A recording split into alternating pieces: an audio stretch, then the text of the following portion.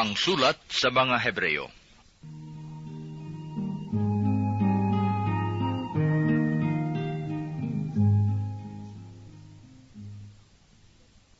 Panimula. Ang sulat sa mga Hebreo ay para sa mga mananampalatayang mahigpit na pinag-uusig at nanganganib na matuksong itakwil ang pananampalatayang Kristiyano. Pinalalakas ng sumulat ang kanilang loob para tumatag sa pananampalataya.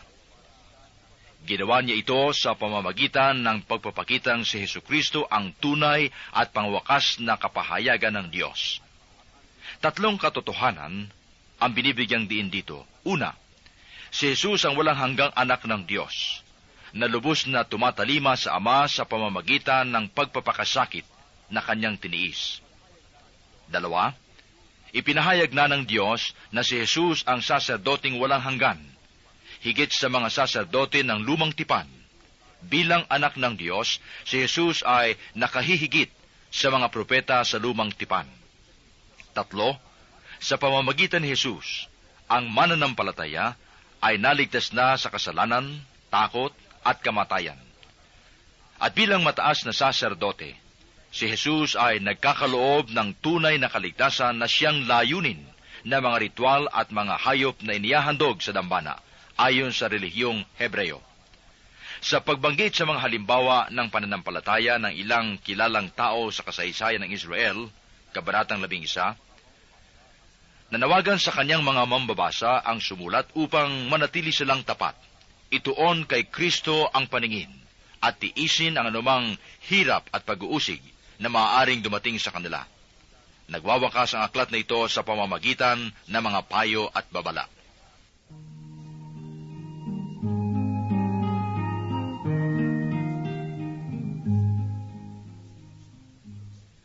Kabanatang 1.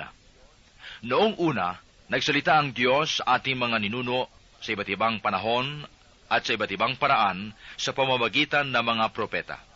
Ngunit ngayon, siya ay nagsalita sa atin sa pamamagitan ng kanyang anak. Sa pamamagitan ng anak ay nilikha ng Diyos ang sansinukob at siya ang itinalaga niyang magmay-ari ng lahat ng bagay. Ang anak ang maningning na sinag ng Diyos, sapagkat kung ano ang Diyos ay gayon din ang anak. Siya ang nag-iingat sa sansinukob sa pamamagitan ng kanyang makapangyarihang salita. Pagkatapos niyang linisin tayo sa ating mga kasalanan, siya'y lumuklok sa kanan ng Diyos, ang makapangyarihan sa lahat. At kung paanong higit na di hamak ang pangalang ibinigay ng Diyos sa anak, gayon din, siya'y higit na di hamak sa mga anghel. Sapagkat hindi kailanman sinabi ng Diyos sa sinumang anghel, ikaw ang aking anak, ako ang iyong ama. Ni hindi rin niya sinabi sa kaninuman sa mga anghel, ako'y magiging kaniyang ama, at siya'y magiging anak ko. At nang susuguin na ng Diyos ang kanyang bugtong na anak sa sanlibutan, ay sinabi niya, dapat siyang sambahin ng lahat ng anghel ng Diyos. Tungkol naman sa mga anghel, ay sinabi niya, ginawa niyang hangin ang kanyang mga anghel at ningas ng apoy ang kanyang mga lingkod. Ngunit tungkol sa anak ay sinabi niya, ang iyong trono, O Diyos, ay magpakailan paman. Ikaw ay maghaharing may katarungan. Kinalulugdan mo ang paggawa ng matuwid, ngunit ang pagsuway ay kinamumuhian. Kaya't hinirang ka ng Diyos na iyong Diyos at pinuspos ng kagalakan higit sa mga kasama mo. Sinabi pa rin niya, ikaw, Panginoon, ang lumikha ng sangkalupaan, at ang iyong kamay ang gumawa ng sangkalangitan. Ang mga ito'y pawang mapaparam, ngunit mananatili ka magpakailanman. Maluluma silang lahat gaya ng kasuutan, at babalumbunin mo gaya ng isang balabal. At tulad ng damit, sila'y papalitan. Subalit ikaw ay mananatiling ikaw, at hindi tatanda o mamamatay man. Kailanmay hindi sinabi ng Diyos sa kaninuman sa mga anghel, maupo ka sa aking kanan, hanggang lubusan kong mapasuko sa iyo ang mga kaaway mo. Ako ang mga anghel, kung gayon, sila'y mga spiritong naglilingkod sa Diyos, at mga sinusugo niya upang tumulong sa mga maliligtas.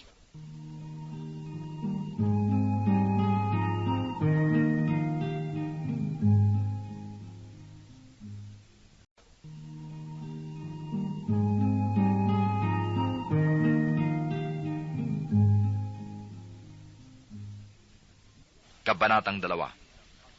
Kaya nga, dapat nating panghawakang mabuti ang mga katotohanang narinig natin upang hindi tayo maligaw. Ang salitang ipinahayag ng mga anghel ay napatunayang totoo, at ang bawat sumuway o lumubag dito ay tumanggap ng kaukulang parusa. Gayundin naman, hindi tayo makaiiwas sa parusa kapag hindi natin pinahalagahan ang kaligtasang ito na napakadakila. Ang Panginoong Hesus ang unang nagpahayag ng kaligtasang ito, at ang mga nakarinig sa Kaniya ang nagpatunay sa atin na ito'y totoo. Pinatunayan din ito ng Diyos sa pamamagitan ng mga tanda at iba't ibang himala, at sa pamamagitan ng mga kaloob ng Espiritu Santo na ipinamahagi niya ayon sa Kaniyang kalooban. Hindi sa mga anghel ipinailalim ng Diyos ang sanlibutan, na nooy Kanyang lilikhain. Ang sanglibutang tinutukoy namin. Sa halip ay ganito ang patunay sa isang bahagi ng kasulatan. Ano ang tao upang siya iyong alalahanin, o ang anak ng tao upang iyong pangalagaan? Sandaling panahoy siya'y pinababa mo kaysa mga anghel, ngunit pinagkalooban mo siya ng kadakilaan at karangalang marapat sa isang hari. At ipinailalim mo sa kanyang kapangyarihan ang lahat ng bagay. Nang ipailalim ng Diyos ang lahat ng bagay sa kapangyarihan ng tao, walang bagay na di ipinailalim sa Kaniya. Sa kasalukuyan, hindi pa natin nakikitang napapailalim sa Kanyang kapangyarihan ang lahat ng bagay. Subalit alam nating si Jesus, bagamat sandaling panahong pinababa kaysa mga anghel, ay binigyan ng karangalan at kadakilaan dahil sa Kanyang pagkamatay. Dahil sa pag-ibig ng Diyos, niloob niya na si Jesus ay mamatay para sa ating lahat. Sa pamamagitan ng mga pagtitiis, siya ay pinapaging ganap ng Diyos na lumikha at nangangalaga sa lahat ng bagay upang makapagdala ng marami sa kalwalhatian. Marapat lamang na gawin niya iyon sapagkat si Jesus ang pinagmumulan ng kanilang kaligtasan. Si Jesus ang nagpapabanal sa kanila at iisang Ama ng napapabanal at ng pinapaging banal. Kaya't hindi niya ikinahiyang tawagin silang mga kapatid. Ganito ang kanyang sinabi, "Ipapahayag ko sa aking mga kapatid ang iyong pangalan, at aawit ako ng pagpuri sa iyo sa gitna ng kapulungan." Sinabi rin niya, "Ako'y mananalig sa Diyos." At sabi pa niya, "Narito ako at ang mga anak na ibinigay sa akin ng Diyos." Yamang ang mga anak na tinutukoy niya ay tao. Naging tao rin si Jesus tulad nila, may laman at dugo. Ginawa niya ito upang sa pamamagitan ng kanyang kamatayan ay maigupo niya ang diablo, na siyang may kapangyarihan sa kamatayan. Sa gayon, pinalaya niya ang lahat ng naging alipin habang panahon dahil sa kanilang takot sa kamatayan. Hindi ang mga anghel ang kanyang tinutulungan, kundi ang lahi ni Abraham. Kaya't kinakailangang matulad siya sa kanyang mga kapatid sa lahat ng paraan. Sa gayon, siya ay naging isang dakilang saserdote, mahabagin at tapat, naglilingkod sa Diyos at naghahandog ng hain sa ikapagpapatawad ng mga kasalanan ng tao, sapagkat siya may tinukso at nagbata. Kaya ngayoy matutulungan niya ang mga tinutukso.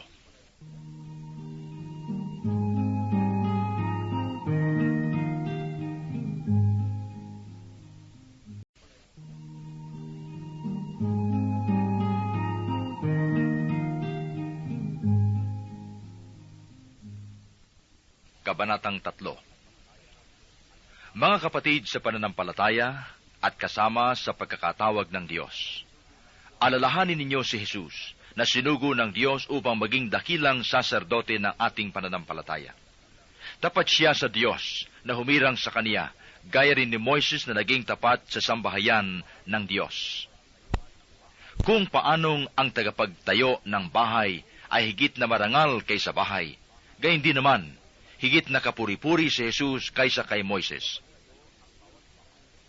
May tagapagtayo ang bawat bahay, ngunit ang Diyos ang lumikha ng lahat ng bagay.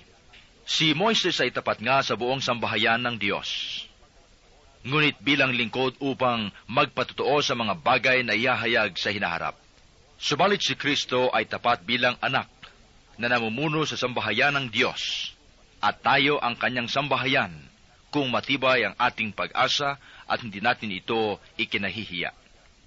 Kaya't gaya ng sabi ng Espiritu Santo, kapag narinig ninyo ngayon ang tinig ng Diyos, huwag maging matigas ang inyong ulo, tulad noong maghimagsik kayo at subukin siya sa ilang. Dooy tinukso ako at sinubok ng inyong mga magulang, sabi ng Diyos. Gayong nakita nila ang mga ginawa ko sa loob ng 40 taon. Kaya't kinapuotan ko ang lahing iyon, at sinabi ko, lagi silang nagpapakaligaw. Hindi na nila natututuhan ang aking mga daan. Kaya't sa galit ko'y aking isinumpang hindi sila makapapasok at makapamamahinga sa piling ko. Mga kapatid, ingatan ninyong huwag sumama ang sinuman sa inyo at mawala ng pananampalataya hanggang sa talikdan ang Diyos na buhay. Sa halip, magpaalalahanan kayo araw-araw habang may panahon pa, upang ang sinuman sa inyo'y di madaya at maging alipin ng kasalanan.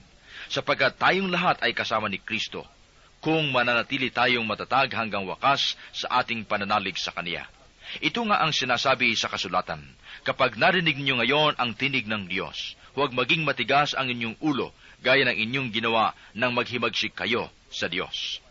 Sino ang naghimagsik sa Diyos, bagamat narinig ang Kaniyang tinig? Hindi ba ang lahat ng inilabas ni Moises sa Ehipto? At kanino nagalit ang Diyos sa loob ng 40 taon? Hindi ba sa mga nagkasala at namatay sa ilang? At sino ang tinutukoy niya ng kanyang isumpa? Hindi sila makapapasok at makapamamahinga sa piling ko. Hindi ba ang mga suwail? Kaya't alam nating hindi sila nakapasok sa lupang pangako dahil sa kawalan nila ng pananalig sa Diyos.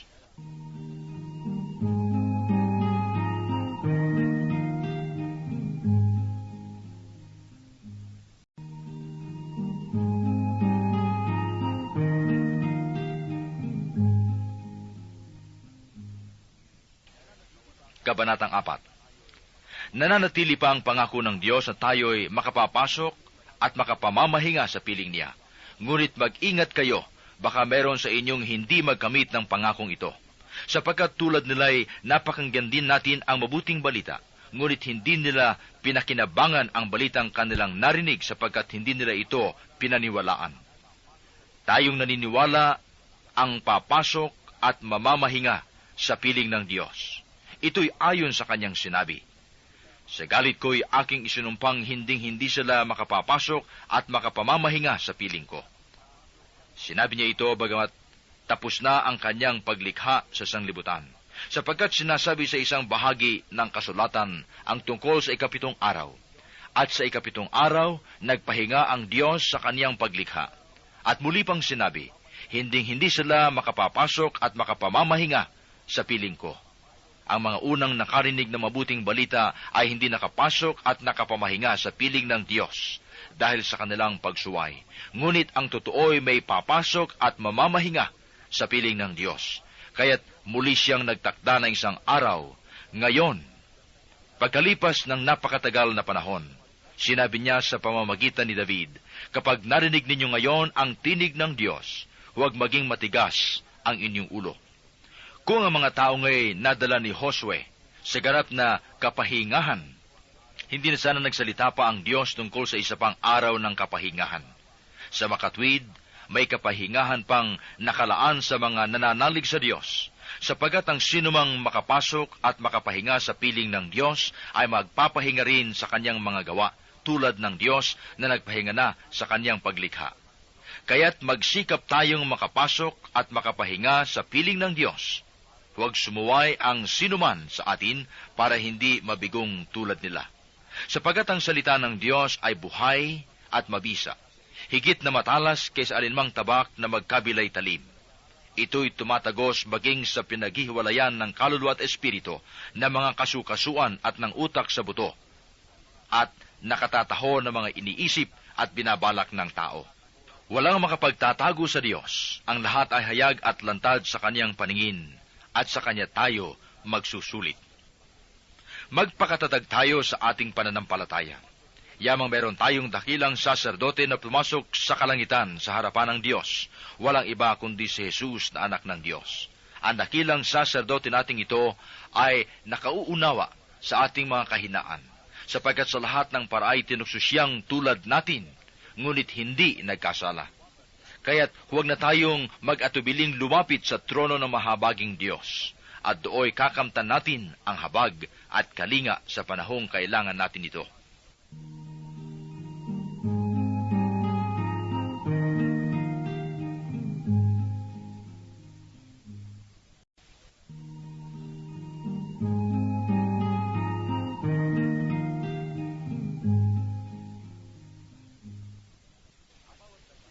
Kabanatang 5. Ang bawat dakilang saserdote pinili sa mga tao at itinalagang maglingkod sa Diyos para sa kanila upang maghandog ng mga kaloob at mga hain dahil sa mga kasalanan. Mahinahon niyang napapakitunguhan ang mga mangmang at naliligaw ng landas sapagkat siya'y mahina rin. At dahil sa kanyang kahinaan, kinakailangang siya'y maghandog ng hain, hindi lamang para sa kasalanan ng mga tao kundi para sa mga kasalanan din niya. Ang karangalan ng pagiging dakilang saserdote ay hindi maaaring kamtan ninuman sa kaniyang sariling kagustuhan. Ang Diyos ang humihirang sa kaniya, tulad ng pagkahirang kay Aaron. Gayon din naman, hindi si Kristo ang nagtaas ng kanyang sarili sa pagiging dakilang saserdote. Siya'y hinirang ng Diyos na nagsabi sa kaniya, "Ikaw ang aking anak, ako ang iyong ama." Sinasabi rin niya sa ibang bahagi ng kasulatan, "Ikaw ay saserdote magpakailanman, ayon sa pagkasaserdote ni Melchizedek."